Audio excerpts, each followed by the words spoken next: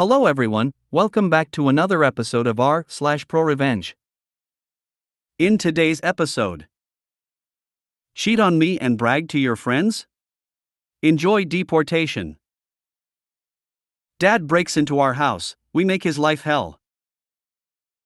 Before we get started, make sure to subscribe so you will never miss a video. So let's get started. Cheat on me and brag to your friends? Enjoy deportation. I met this girl, 22 at the time, while I, 30 at the time, was working in a national park, and she was a housekeeper on a work visa. We instantly hit it off, and within a month we were in a relationship. We even had a solid long-distance arrangement, where we would visit each other on recreational visas in our respective off-seasons. I'd spend a few months in Romania or meet her at some vacation destination, then she'd spend a few months in the States. This went on for about 2 years, and eventually the conversation came up with her family about possibly moving her to the States permanently. Romania never really recovered from the Ceausescu regime, and political/economic corruption makes life pretty unpleasant for a lot of people. Her marrying and moving to the US meant that her mom wouldn't have to worry about her daughter having a good life. I arranged for sponsorship and proposed to her. It seemed like my dreams were coming true. Then, about a month after she's all settled in, I get a message from her best friend back home. What followed were a year's worth of screenshots wherein she bragged about conning me into paying for her residency, while she cheated on me with 8 different men. In her friend's words, "You are a good man and you don't deserve this." So, over the following 2 weeks, I reported her to ICE and Homeland Security for a conversation her brother and I had over a bottle. At one point, he bragged about how he had done time in prison for smuggling weapons to Turkish terrorists, and how she had been his lookout on several occasions. As you might imagine, in the War on Terror days, this was not taken lightly. She was immediately arrested and deported, and put on a permanent no-entry terror watch list. Want to take advantage of me and cheat? Have fun never being able to come back to the States. To address potential misinformation on my part, I'm not very well versed in European sociopolitics, so I was under the impression that her past along with her brother's would result in as much difficulty as it did here. I was misinformed, so thanks to everyone who set the record straight as far as her job prospects overseas. Dad breaks into our house, we make his life hell. I'd like to start off by saying I'm not sure if this fits here. Compared to the last few stories, this is pretty tame. Part 3 of the Country Justice series. My dad is not a good person by any means of the word, and this is going to involve some serious trauma. Characters: Dad, worst father of all time. Mom, biological. Ryan, my twin brother. Kyan, my older sister. Dusty, my stepfather.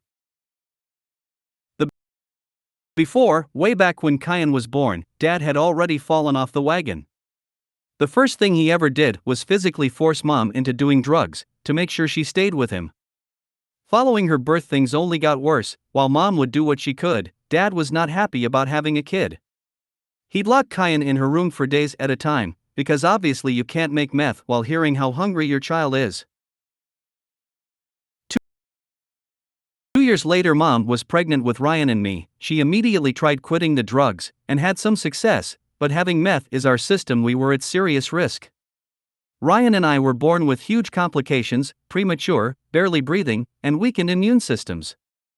After that came the worst few months for Mom to endure. While having 1 kid made Dad angry, having 3 made him fly completely off the handle. It was at this time Mom made the hard decision to call DCFS on herself. She knew we weren't safe and wanted a way for us to escape this situation.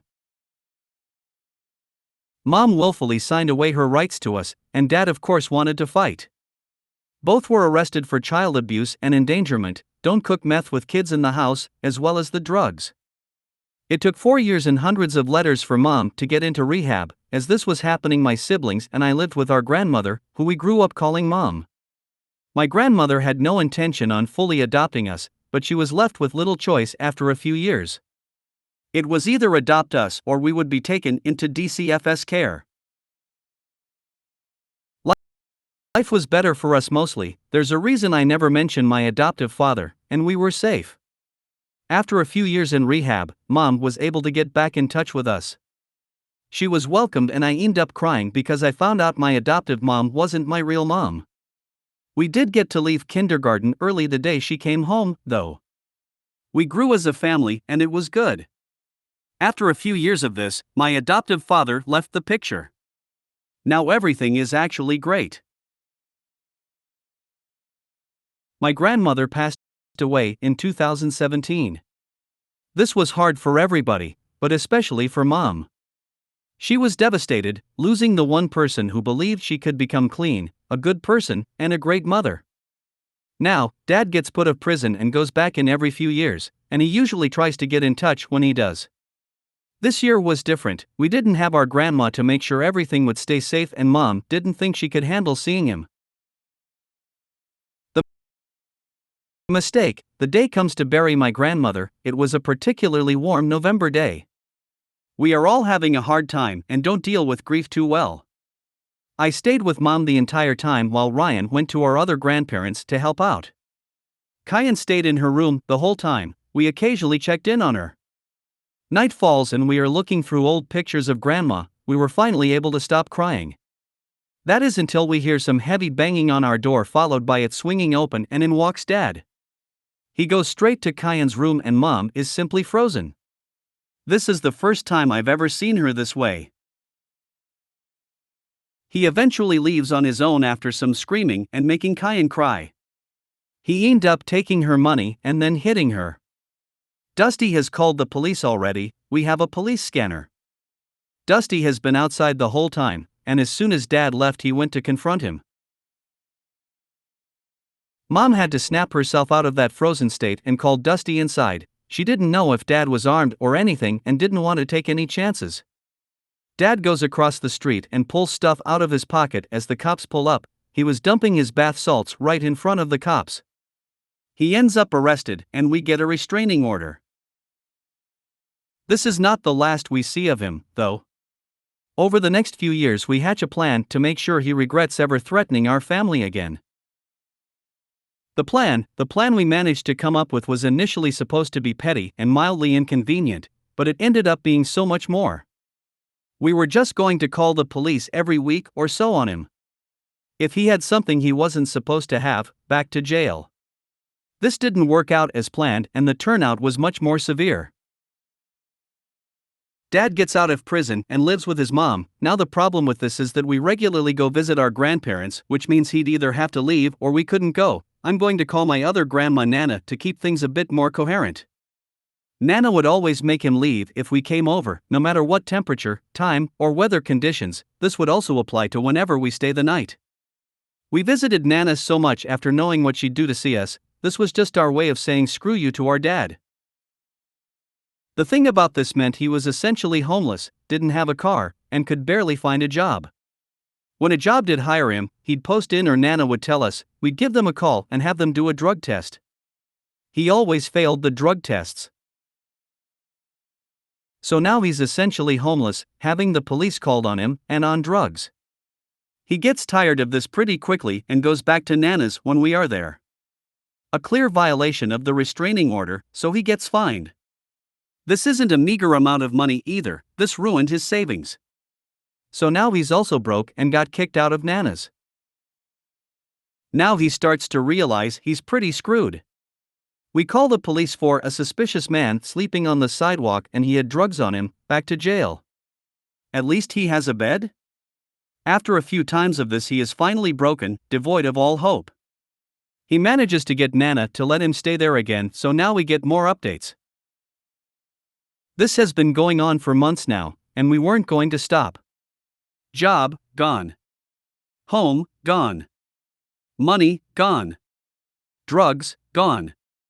Hope, gone. He actually started to be cleaned for a bit. Hard to get drugs if you can't buy them, and when you do they immediately get confiscated.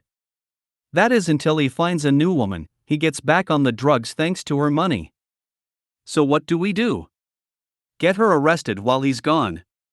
We are being extra careful not to get him arrested anymore. since he'd end up in federal prison this time, after so many times getting caught with drugs our state sends them to federal. Now we've taken away his girlfriend, too. The effect, all of this has worn him down, he's gone.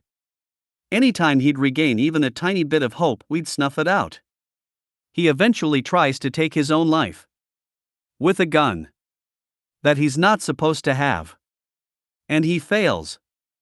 So now we get to watch him suffer in the hospital while knowing he gets taken to prison as soon as he heals. We had to make things worse for him. We couldn't let the times we didn't call the police go unnoticed after all. We hide some drugs/ingredients in his dresser, easily noticeable when the police come to search. He now has quite a while in federal prison. If you made it to the end of the video, thanks for watching. Don't forget to like, subscribe and share, and we will see you in the next video.